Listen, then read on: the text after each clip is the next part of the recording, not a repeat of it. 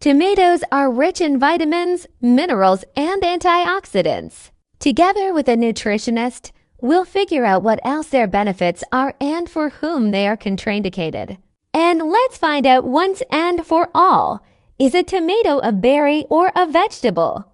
It's hard to believe, but just 3 centuries ago, tomatoes were considered poisonous and were grown exclusively for decorative purposes not only in our country, but also in seemingly enlightened Europe. But if you think about it, it's not surprising they belong to the nightshade family, representatives of which can really harm human health. And yet today it is difficult to imagine our life without tomatoes. They can be yellow, green, red, or brown, the size of a walnut or weighing half a kilo. They can be sweet and fleshy or more juicy and sour. Tomatoes are used to prepare salads, soups, and sauces. They are added to side dishes and meat, sealed in jars and dried in the sun. And perhaps the most unusual method of preparation is tomato ice cream. Yes, this happens. Today we'll talk about the benefits and harms of tomatoes for the body of men, women, and children.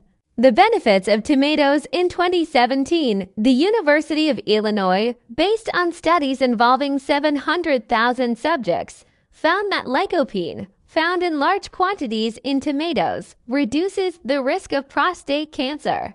Another study confirmed the benefits of lycopene in another cancer, kidney carcinoma.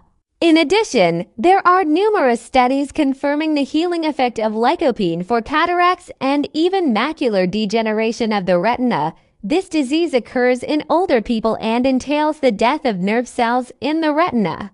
A few tomatoes a day will help you get the required dose of lycopene.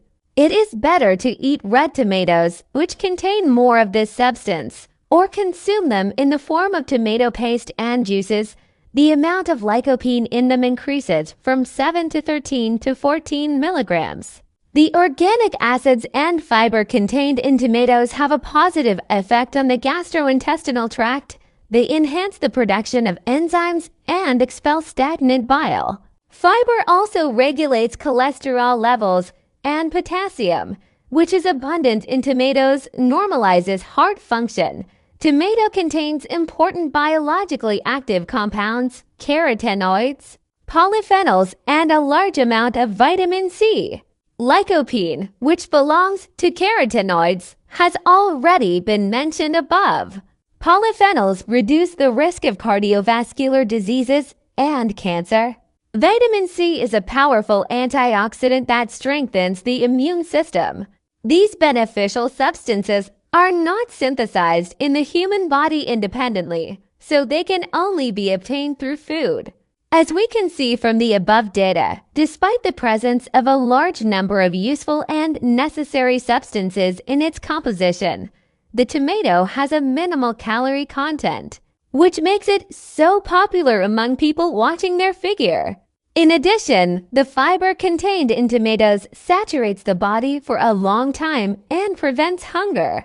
It is recommended to minimize or exclude tomatoes from the diet in case of gout, ulcers, gastritis, kidney disease, and increased stomach acidity. Oxalic acid, which prevents the excretion of salts and activates the production of bile, can cause the appearance or exacerbation of diseases of the genitourinary system. In addition, it is necessary to remember that allergy sufferers should use tomatoes with caution.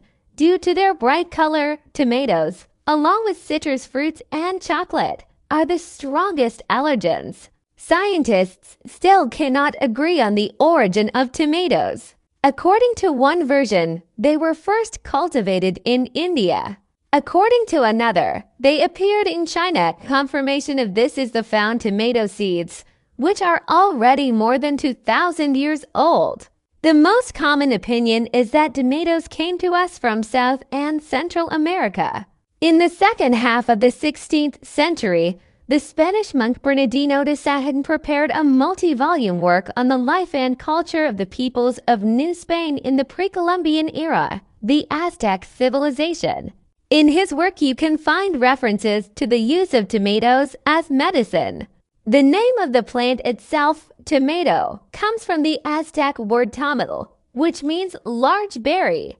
Another name, tomato, comes from the Italian word pomodoro, which means golden apple. Today, it is customary to call the plant itself a tomato and its fruits a tomato. Tomatoes were brought to Europe in the 16th century from America. First of all, they came to Spain and Portugal. Later, the plant spread throughout Italy, France, Germany, and Eastern Europe. For a long time, many Europeans treated this crop with distrust and grew it only for decorative purposes. Small fruits of bright colors were a wonderful decoration for the garden.